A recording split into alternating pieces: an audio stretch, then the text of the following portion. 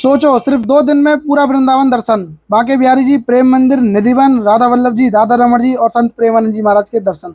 लेकिन 90% लोग वृंदावन आकर भी ये सब नहीं देख पाते क्योंकि उनके पास प्रॉपर प्लानिंग नहीं होती। इस वीडियो में मैं आपको ऐसे परफेक्ट प्लान दूंगा जिससे आप 2 दिन में पूरा वृंदावन घूम पाओगे। तो वीडियो को लास्ट तक जरूर देखिए। राधे राधे दोस्तों, आज की वीडियो बहुत ही ज़्यादा स्पेशल होने वाली है क्योंकि आज मैं आपको बताऊंगा आप लोग अगर वृंदावन आ रहे हो तो 2 दिन में सभी मंदिरों के दर्शन कैसे कर पाओगे। अगर आप पहली बार वृंदावन आ रहे हो या कम समय में ज़्यादा से ज़्यादा दर्शन करना चाहते हो तो ये वीडियो आपके लिए है। इस वीडियो में आपको स्टेप बाय स्टेप बताऊंगा कौन से टाइम पर कहाँ जाना है, कौन सा रूट फॉलो करना है और बिना किसी टेंशन के सभी दर्शन कैसे कर पाओगे। तो चलिए शुरू करते हैं बिना टाइम वेस्ट करें। सबसे पहले बात करते हैं फ्राइडे की, यानी कि शुक्रवार। अगर आप फ्राइडे की शाम को वृंदावन पहुँचते हैं तो सबसे पहले आप एक रूम बुक कर लो। अगर आप 2 या 3 लोग हैं तो मैं आपको सलाह दूंगा आप लोग एक स्कूटी रेंट पर ले लो, क्योंकि हर जगह पर रिक्शा नहीं जा पाएगा। आपको स्कूटी से काफ़ी टाइम भी बचेगा और जिस जगह रिक्शा नहीं जाएगा वहाँ पर आप लोग स्कूटी ले जा सकते हैं। अगर आप लोग ग्रुप में हैं, 5 से 6 लोग हैं, तो मैं आपको सलाह दूंगा आप लोग रिक्शा लें। और एक चीज़ का आप बिल्कुल ध्यान रखें, क्योंकि आप लोग जब भी रूम लो आप लोग मंदिर के आसपास लो। इससे क्या होगा, आपका ज़्यादा से ज़्यादा टाइम बचेगा और आपको ज़्यादा ट्रैवल भी नहीं करना पड़ेगा। तो दोस्तों अब बात करते हैं शनिवार की सुबह। शनिवार की सुबह आपको 5 से 5:30 बजे तक पहुँच जाना सोबरी कुंड। यहाँ आपको मिलेंगे हमारे संत प्रेमानंद जी महाराज के दर्शन, जो कि वृंदावन के महान संतों में से एक है। आप लोगों ने उनको टीवी पर, फोन में बहुत देखा होगा, लेकिन आप जब सामने से बैठकर, नज़दीक से बैठकर प्रभु के दर्शन करोगे, जो उनके चेहरे का जो प्रकाश है, जो तेज है, उसको देखकर आप मोहित हो जाओगे। और वही पार्ट आपके जीवन का सबसे महत्वपूर्ण रहेगा। आपको सत्य बात बता रहा हूँ, जैसे ही आप सोबरी कुंड पहुँचोगे आपको सत्संग, भजन, कीर्तन सब चीज़ का आनंद मिलेगा। और आप जितनी जल्दी हो सके उतनी जल्दी सोबरी कुंड जाना। आपको जैसे ही नज़दीक बैठने का जो अवसर मिलेगा ना, आप उस अवसर को गंवाना मत, क्योंकि आप जैसे और भी भक्त वहाँ पर इकट्ठे रहते हैं लाइन में दर्शन के लिए ही। आपको जितनी हो सके आगे बैठने की कोशिश करना, क्योंकि आगे से ही आपको अच्छे दर्शन हो पाएंगे। और दोस्तों आपको 7 से 7:30 बजे तक प्रभु प्रेमानंद जी महाराज के दर्शन हो जाएंगे। तो दोस्तों अब बात करते हैं सुबह के दर्शनों की। संत प्रेमानंद जी महाराज के दर्शन करने के बाद आपको सीधे 8:30 बजे पहुँच जाना है राधा वल्लभ जी। और मैंने आपको बताया था आप लोग स्कूटी लोगे तो आपको एक फ़ायदा ये होगा, आप लोग सीधे मंदिर तक अपनी स्कूटी लेके जा सकते हो। अगर आप लोग रिक्शा करते हो तो रिक्शा वाला आपको बाहर ही छोड़ देगा, जिससे आपको रोड से करीबन 1.5 से 2 किलोमीटर तक अंदर जाना पड़ेगा। अगर आप लोगों के पास स्कूटी है तो आप लोग स्कूटी लेकर मंदिर तक जा सकते हो। तो मैं बता रहा था आपको 8:30 बजे पहुंच जाना राधा वल्लभ जी। राधा वल्लभ जी के दर्शन करने के बाद आपको उसी रास्ते पर मिल जाएंगे राधिका वल्लभ जी। वहाँ पर आप लोग राधिका वल्लभ जी के दर्शन भी कर सकते हो। राधा वल्लभ जी और राधिका वल्लभ दोनों अलग अलग हैं, लेकिन सेम रूट पर आपको दर्शन हो जाएंगे। और दोस्तों आप लोग 8:30 से 9 बजे तक आप लोग राधा वल्लभ जी, राधिका वल्लभ जी दोनों मंदिरों को दर्शन करने के बाद सीधे 9:30 बजे पहुंच जाओ श्री बांके बिहारी जी। बांके बिहारी जी भी उसी रूट पर ही है, यहाँ पर राधा वल्लभ जी है। आप लोग किसी से भी पूछ लेना, आपको रास्ता बता देगा। उसी रूट पर है श्री बांके बिहारी जी। आपको 9:30 बजे आप लोग दर्शन के लिए लाइन में लगोगे तो आपको 10:30 बजे तक श्री बांके बिहारी जी के दर्शन हो जाएंगे। और बता दूं आपको यहाँ पर भीड़ जो है बहुत ज़्यादा मात्रा में देखने को मिलेगी, लेकिन जो दर्शन का अनुभव होगा, जो धक्का मुक्की होगी, वो आप कभी नहीं भूल पाओगे। तो आप लोगों को 10:30 बजे तक ठाकुर बांके बिहारी जी के दर्शन हो जाएंगे। और दोस्तों 10:30 बजे तक ठाकुर बांके बिहारी जी के दर्शन करने के बाद आप लोग निकल जाना दान बिहारी जी। जब आपको 10:30 बजे ठाकुर बांके बिहारी जी के दर्शन हो जाएंगे तो आपको ठाकुर बांके बिहारी जी से 20 से 30 मिनट लगेंगे दान बिहारी जी तक जाने में। इतने में ही आपको बच जाएंगे 11। तो 11 बजे आप लोग कर लेना दान बिहारी जी के दर्शन और इनकी लीला भी सुन लीजिए। दान बिहारी जी में दर्शन करना, दान बिहारी जी में ठाकुर जी की बहुत ही निराली लीला है। दान बिहारी जी में क्या हुआ था, जब गोपियाँ दही माखन हांडियों में लेकर निकलती थी तब ठाकुर जी उनसे टैक्स वसूली करते थे कि तुम मुझे दही माखन दो तभी मैं तुम्हें आगे जाने दूंगा। वहाँ की लीला भी बहुत अद्भुत है। तो आप लोग दान बिहारी जी के दर्शन भी ज़रूर करना। फिर दोस्तों आप लोग दान बिहारी जी के बाद निकल जाना सेवा कुंज।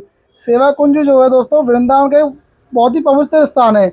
यहाँ पर क्या है, राधा कृष्ण जी की एक खास लीला चलती है। खास लीला कौन सी है वो भी आप सुन लो। तो दोस्तों कहते हैं रात के समय पर यहाँ पर हमारे राधा जी और कृष्ण जी आकर रास लीला करते हैं और हमारे ठाकुर जी राधा जी की सेवा करते हैं, जिस वजह से इसका नाम सेवा कुंज पड़ा है। और आपको सिंपल तरीका से बता दूं, सेवा कुंज वो जगह है जहाँ पर राधा कृष्ण की प्रेम सेवा वाली लीला होती हो और इस स्थान को बहुत ही ज़्यादा पवित्र और रहस्यमय माना जाता है। तो यही सेवा कुंज है, इसके भी आप लोग दर्शन करके आना। और आपको कोई संत महात्मा मिले तो उनसे इसकी लीला भी जरूर सुन के आना। तो दोस्तों मैंने आपको जितने भी मंदिर बताए, राधा वल्लभ जी, राधिका वल्लभ, ठाकुर बांके बिहारी जी, दान बिहारी जी, सेवा कुंज, इन सबके दर्शन करते करते आपको बच जाएंगे 1। और आप लोग याद रखें 1 बजे सभी मंदिर बंद हो जाते हैं। अगर आपको सेवा कुंज के दर्शन करने के बाद भी थोड़ा बहुत समय मिलता है, अगर आपको रूम पर नहीं आना है, तो आप लोग वहीं से केसी घाट की ओर निकल जाओ। केसी घाट की ओर आप जब यमुना जी पर जाओगे ना, तो वहाँ पर आपको वातावरण इतना शुद्ध मिलेगा, वहाँ की हवाएं, वहाँ का पानी, भाई ये समझ लो आप एकदम खुश हो जाओगे केसी घाट जाकर। वहाँ पर आप नाव में बैठना और फुल एंजॉय करना, फुल दर्शन करना यमुना मैया के, आपको बहुत ही आनंद आएगा। दोस्तों अब बात करते हैं शाम के 4 बजे की। 4 बजे वृंदावन के ज़्यादातर सभी मंदिर खुल जाते हैं। तो 4 बजे आपको जाना है सीधे कालीदह। कालीदह पर भी हमारे ठाकुर जी की बहुत बढ़िया लीला है, वह लीला को भी सुनियो। तो दोस्तों हमारे ठाकुर जी की कालीदह पे लीला जो है, यमुना जी में एक जहरीलो सांप रहता है, जाको कालिया नाग भी कहते हैं, जो कि पानी है हमेशा खराब कर देता हो, जहरीलो कर देता हो। तो हमारे ठाकुर जी ने उनसे लड़ाई करके नहीं, उनके फन पे नाच के नहीं, जब वृंदावन है काली नाग से बचाए हो, और जब ही काली नाग हमारे वृंदावन से चले गो। और हमारे ठाकुर जी ने यूँ भी कही, अगर तुम वृंदावन की ओर मुड़ के देखोगे तो वहीं की वहीं पत्थर के बन जाएंगे। तो अब वही काली नाग हमारे वृंदावन से थोड़ी सी दूर पे जेत में पत्थर को बनो हुए। फिर दोस्तों 4 बजे के बाद आप लोग 4:30 बजे पहुंचिए इमली तला। इमली तला भी वही रास्ता पे मिलेगा, परिक्रमा मार्ग में ही। काली देते थोड़ी सी आगे जाओगे तो इमली तला मिल जाएगा। इमली तला वो जगह है जहाँ पर हमारे ठाकुर जी इमली के पेड़ के नीचे बैठकर अपनी राधा जी को याद करते, वही जगह है इमली तला। जो बहुत बढ़िया लीला है। तो वहाँ पे कोई भी आपको इंसान संत महात्मा मिले तो आते इमली तला की लीला पूछिए, बहुत सुंदर लीला है। तो दोस्तों इमली तला के बाद पहुंच जाएंगे तुम सिंगार घाट, जो कि परिक्रमा मार्ग में इमली तला से थोड़ी सी आगे चलोगे तो 5:30 बजे तक आप लोग 5 बजे तक आप लोग सिंगार घाट पहुंच जाओगे। सिंगार घाट की बहुत अच्छी लीला, वह लीला भी सुन के जाओ। तो दोस्तों सिंगार घाट की लीला जे हमारे ठाकुर जी राधा जी को श्रृंगार करते, मेकअप करते, अपने हाथन से राधा जी को फूल गहने अलग अलग तरह से सजाते। तो यही लीला ठाकुर जी के सिंगार घाट पर। अगर सिंगार घाट जाओ तो वहाँ पर ठाकुर जी के दर्शन करियो। तो दोस्तों 5 बजे सिंगार घाट पर दर्शन करने के बाद आधा घंटा आप सिंगार घाट पर दर्शन करो, वहीं आपको यमुना जी मिलेगी, यमुना जी के दर्शन कर लो। फिर 5:30 बजे आप लेकर जाओ चीर घाट पे, जो कि वही रास्ता पे पड़ेगा, परिक्रमा मार्ग में सिंगार घाट से आगे मिलेगा चीर घाट। तो दोस्तों चीर घाट की बहुत सुंदर लीला है। यहाँ पे हमारे ठाकुर जी ने गोपी, जिनके जितनी भी गोपियाँ आई उन सबके वस्त्र ले लिए, जो कि यमुना में स्नान कर रही थी।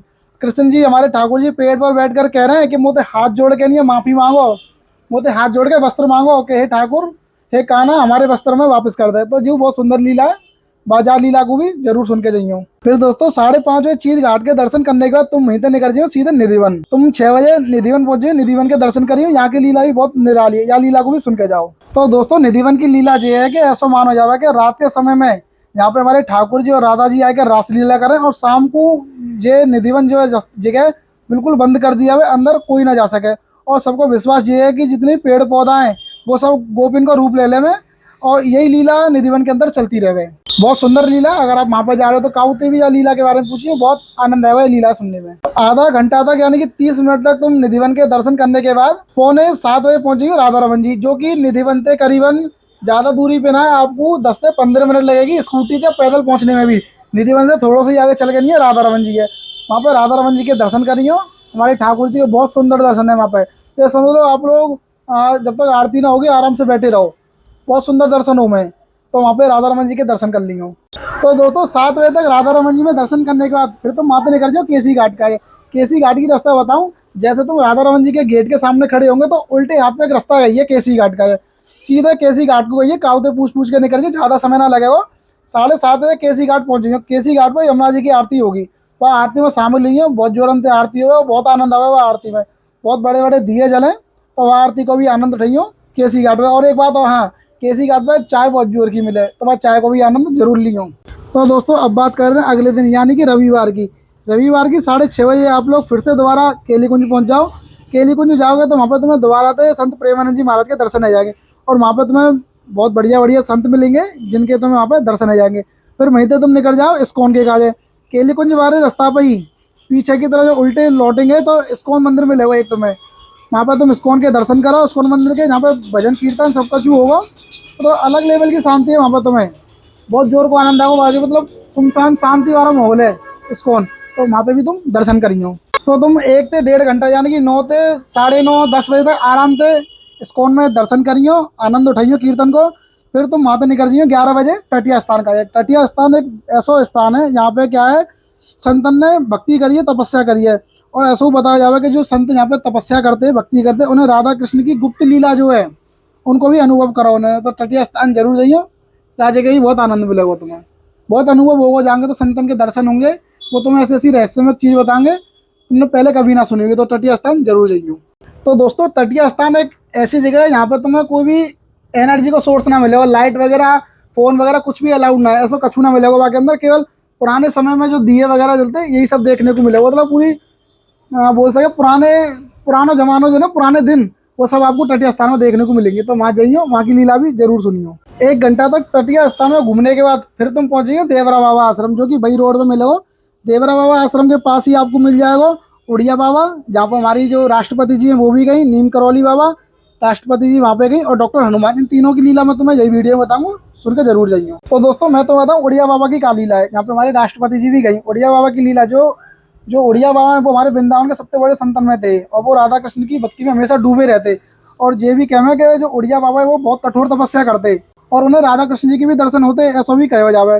और उनकी लीला में एक चमत्कार और बताया जावे, काऊ अगर परेशानी होती ना तो उनकी लीला थे, उनके चमत्कार थे, वो परेशानी भी दूर हो जाती। और जिन्हें भक्ति मार्ग पर आना चाहते वो उन्हें भक्ति मार्ग पर भी लाते। तो ऐसी लीला है हमारे उड़िया बाबा की। तो दोस्तों अब बात करते हैं नीम करौली बाबा की लीला। तो नीम करौली बाबा जो वृंदावन में रह के भी हनुमान जी के बहुत बड़े भक्त थे। और दोस्तों ऐसा भी कहा जावे कि जो नीम करौली बाबा है उन्होंने अपने भक्तन के काजे बहुत चमत्कार करे। जैसे कि जो नीम करौली बाबा है उनके जो भक्त आते हैं उनको कोई भी परेशानी हो बिना परेशानी बताई उनकी परेशानियां समझ लेते। ऐसी लीला है नीम करौली बाबा की। और वृंदावन में आश्रम में, वृंदावन में जो नीम करौली बाबा को आश्रम है उनमें वह आश्रम के अंदर भी आज भी लोग अनुभव करें उनकी लीला को। तो दोस्तों ऐसे ही आपको दर्शन करते करते बच जाएंगे 1 बजे आ जाए वृंदावन के सभी मंदिर बंद। फिर आप दोबारा रूम पे आ जाओ, फिर आपको शाम को दिखाएंगे। आपको ज़्यादा ना कुछ प्रेम मंदिर रहेगा तो प्रेम मंदिर को भी आप शाम के समय ही यानी कि जैसे ही दिन ढलने पे आया ना तब दर्शन करने जाइए, क्योंकि वहाँ की चमक धमक लाइटनिंग की वजह से हमारा प्रेम मंदिर फेमस है। वहाँ में जाएंगे, आप पहली बार दर्शन करोगे ना प्रेम मंदिर के, बहुत अद्भुत नज़ारा हो। वहाँ में आपको कृपालु जी की जो मूर्ति है वो मिलेगी। बात देख के तुम्हें ऐसा फील होगा जैसे कि साक्षात कृपालु जी बैठे हैं, ऐसा फील होगा। तो शाम के समय वृंदावन में जाइयो, वृंदावन में प्रेम मंदिर के दर्शन करिए, बहुत जोर को आनंद आएगा। अगर आपको ये वीडियो अच्छी लगी हो तो वीडियो को लाइक करें, अगर चैनल पर नए हो तो चैनल को सब्सक्राइब करें, ताकि आपको रोजाना की ऐसी अपडेट्स मिलती रहे।